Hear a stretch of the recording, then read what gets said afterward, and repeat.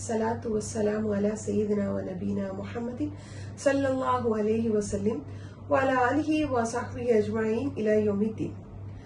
رب اشرح لي صدري ويسر لي أمري واحلل عقدة من لساني يفقهوا قولي. ربنا زدنا علما وارزقنا فهما. السلام عليكم ورحمة الله وبركاته.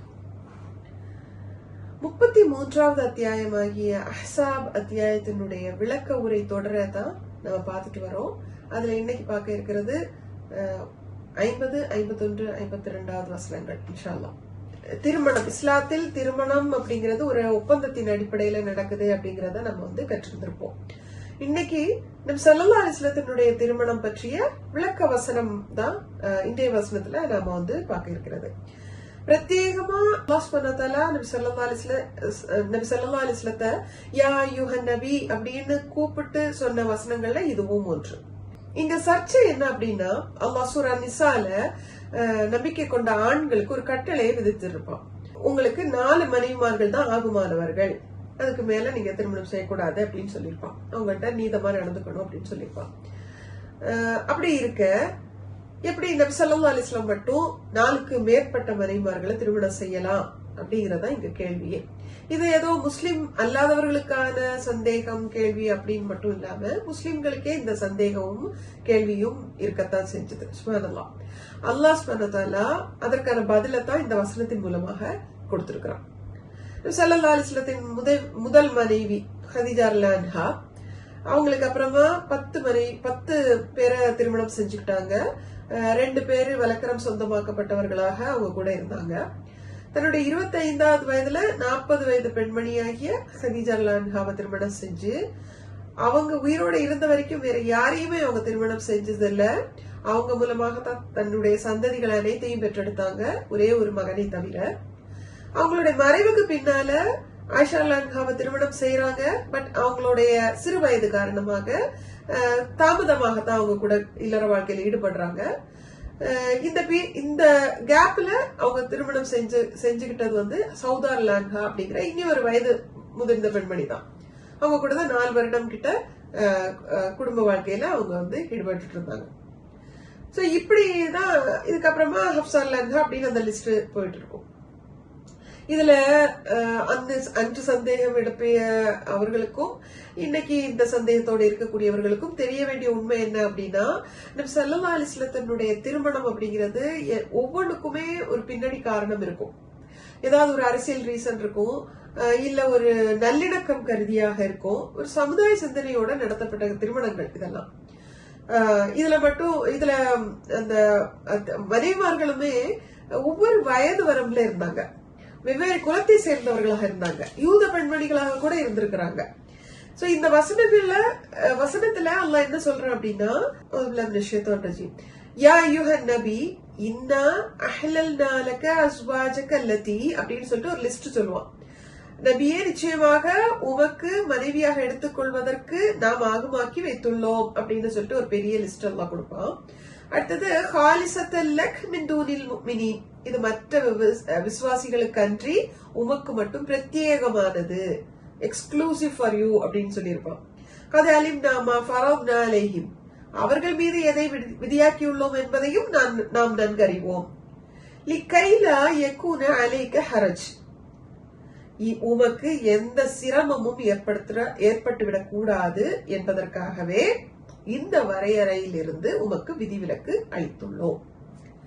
இதுதான் அல்லாஹ்வுடைய பதில் இவர்களுடைய சந்தேகத்திற்கு. இதுல அல்லாஹ் என்ன தெளிவுபடுத்தி இருக்கிறான், நபி ஸல்லல்லாஹு அலைஹி வஸல்லத்துக்கு நான் சில சலுகைகளை வழங்கி இருக்கிறேன். மற்ற நபிமார்களுக்கு மற்ற நம்பிக்கை கொண்ட ஆண்களுக்கு கட்டளையிட்டதும், அதாவது 4 மனைவிகள் தான் ஆகுமானவர்கள் அப்படின்னு கட்டளையிட்டதும் நான் தான். என்னுடைய நபிக்கு இந்த கட்டளையிலிருந்து விதிவிலக்கும் சலுகையும் அளித்ததும் நான் தான். இது என்னுடைய நியதி அப்படிங்கறத அல்லாஹ் இங்க தெளிவுபடுத்துறான். அதோட மட்டும் இல்லாம நபி ஸல்லல்லாஹு அலைஹி வஸல்லத்தினுடைய திருமணங்கள் பல்வேறு காரணங்கள், பின்னணி காரணங்கள் இருந்ததுனால ஏதோ ஒரு இடத்துல விதிமீறல் நடந்துடக்கூடாது அப்படிங்கறதுக்காக நபி ஸல்லல்லாஹு அலைஹி வஸல்லத்துக்கு சிரமம் ஏற்பட்டுடக்கூடாது அப்படிங்கறதுக்காகவும் நான் இந்த சலுகைகளை வழங்கி இருக்கிறேன் அப்படிங்கறதான் அல்லாஹ் இந்த வசனத்துல சொல்றாரு. மட்டும் இல்ல, நபி ஸல்லல்லாஹு அலைஹி வஸல்லம் மற்ற நம்பிக்கையாளர்களை மாதிரி கிடையாது. அதிக பொறுப்பு உடையவர்கள். என்ன ஒரு அறிவுரை வேணாலும், என்ன ஒரு சந்தேகம் இருந்தாலும், ஏதாவது புரிதல் வேணாலும் நபி ஸல்லல்லாஹு அலைஹி வஸல்லத்தை தான் மக்கள் அணுகக்கூடியவர்களாக இருந்தாங்க. இதுல சில பெண்களுடைய சந்தேகங்களுக்கு சில நேரங்களில் நம் ஸல்லல்லாஹு அலைஹி வஸல்லம் பதில் அளிக்கிறதுக்கு சங்கடப்படுவாங்க. அப்படி இருக்கிற நேரத்துல பெண்களுக்கு நபி ஸல்லல்லாஹு அலைஹி வஸல்லத்துடைய மனைவிமார்கள் வெவ்வேறு வயது வரம்புல இருந்ததுனால அவர்கள்ட்ட சம வயது உள்ள மனைவிமார்கள்ட்ட அணுகி தங்களுடைய சந்தேகங்களுக்கு பதில் பெறுவது ரொம்ப இலகுவாக இருந்தது பெண்களுக்கு. இது அல்லாஹ்வுடைய ஒரு ஏற்பாடுன்னு நம்ம எடுத்துக்கலாம். அல்ஹம்துலில்லாஹ். அடுத்தது, இத்தனை மனைவிமார்களிடம் நீதமாக நடக்க முடியுமா, இது சாத்தியமா அப்படிங்கிற கேள்விக்கும் ரசூல் ஸல்லல்லாஹு அலைஹி வஸல்லம் தன்னுடைய மனைவிமார்களிடம் நீதமாக நடப்பது சாத்தியமே அப்படிங்கறத தன்னுடைய வாழ்க்கையின் மூலமாக காமிச்சு தந்துட்டாங்க. 51வது வசனத்துல அல்லாஹ் என்ன சொல்லிருப்பான்னா, மனைவிமார்கள் விஷயத்துல உங்களுடைய தீர்மானம் தான், நீங்க எப்படி வேணாலும் தீர்மானிச்சுக்கலாம், அது உங்களுக்கு நான் உங்களுக்கு முழு அனுமதி தரேன். இறுதியாக அல்லாஹ் சொல்லியிருப்பான், கொஞ்சம் அன்பையும் பேணிக் கொள்ளுங்கள் அப்படின்னு சொல்லியிருப்பான். இதற்கேற்பவே நபி ஸல்லல்லாஹு அலைஹி வஸல்லம் தன்னுடைய மனைவிமார்கள், அத்தனை மனைவிமார்கள் கூட சரிசமமாக தன்னுடைய நேசத்தையும் தன்னுடைய நேரத்தையும் பகிர்ந்திருந்திருக்காங்க அப்படிங்கறத நாம அவங்களுடைய வாழ்க்கையில இருந்து புரிஞ்சிருக்கலாம். இப்படி ஒவ்வொரு நாளையும் ஒவ்வொரு மனைவிக்கு கொடுத்திருப்பாங்க. ஆனாலும் எல்லா நாளுமே அசருக்கு அப்புறமா எல்லா மனைவிமார்களோடும் சேர்ந்து ஒரு ஃபேமிலி மீட் மாதிரி எல்லாரும் சேர்ந்து இருந்து கொஞ்ச நேரம் செலவழிக்க கூடியவர்களாக இருந்திருக்காங்க.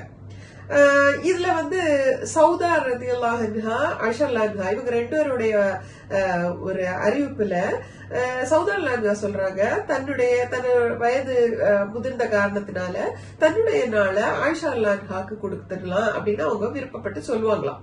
உடனே நபி ஸல்லல்லாஹு அலைஹி வஸல்லம் கேட்பாங்களாம், நீங்க அப்ப கட்டுப்பட்டுலாம் இருக்க தேவையில்லை, உங்களுக்கு நான் வேணா மனவிலக்க அழிச்சிடுறேன் அப்படின்னு சொல்றப்போ சௌதா ரலியல்லாஹு அன்ஹா சொல்லுவாங்களாம், இல்ல ரசூலுல்லாஹ், நான் இறுதி வரைக்கும் இறை தூதரின் மனைவியாகவே இருக்க விரும்புறேன் அப்படின்னு சொல்லிட்டு ஒரு வேண்டுகோள் விடுப்பாங்களாம்.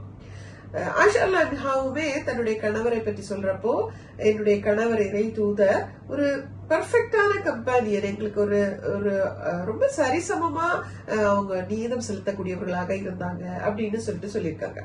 நபி ஸல்லல்லாஹு அலைஹி வஸல்லம் கடமையே வாழ்ந்திருந்தா இந்த மாதிரி வார்த்தைகள் எல்லாம் வந்திருக்குமா என்ன, இல்லையா? அதீத அன்பும் அதீத பாசமும் பரிவும் வாழ்க்கை வசதிகளையும் அவங்க ஏற்படுத்தி கொடுத்ததுனாலதானே இப்படிப்பட்ட வார்த்தைகள் எல்லாம் இந்த மூஹாத்துல் முஃமினீன்களுடைய கூற்றில் இருந்தது, இல்லையா?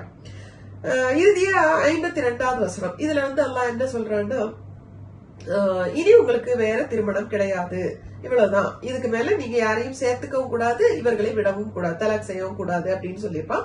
வலக்கரங்கள் சொந்தமாக்கி கொண்டவர்களை தவிர.